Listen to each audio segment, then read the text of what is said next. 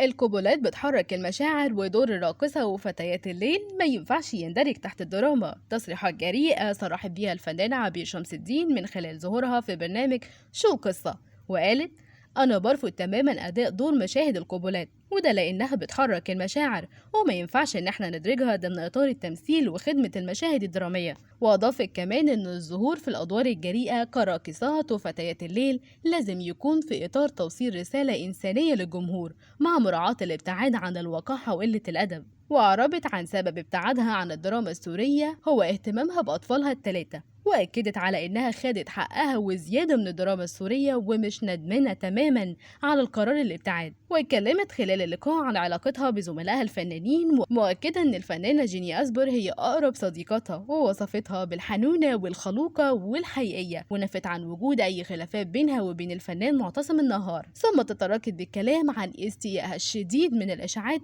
اللي دايما بتلاحقها، وده بسبب عدم كلامها الكتير عن حياتها الشخصية، واللي كان من أصعبه بإشاعة محاولتها التخلص من حياتها. وخلال الحلقة اتكلمت عن خيانة جوزها السابق ليها، وقالت: رغم إني عرفت رفضت إني أهد كل حاجة بينا وتقبلت الأمر. ونهت كلامها: أنا أسامح الراجل على خيانته وأبررها بإنه ضعف قدام المغريات. وفي الختام، انتوا إيه رأيكم في كلام الفنانة عبير شمس الدين بخصوص الأدوار الجريئة وكمان عن مسامحتها لجوزها؟ هستنى ردكم في الكومنتات.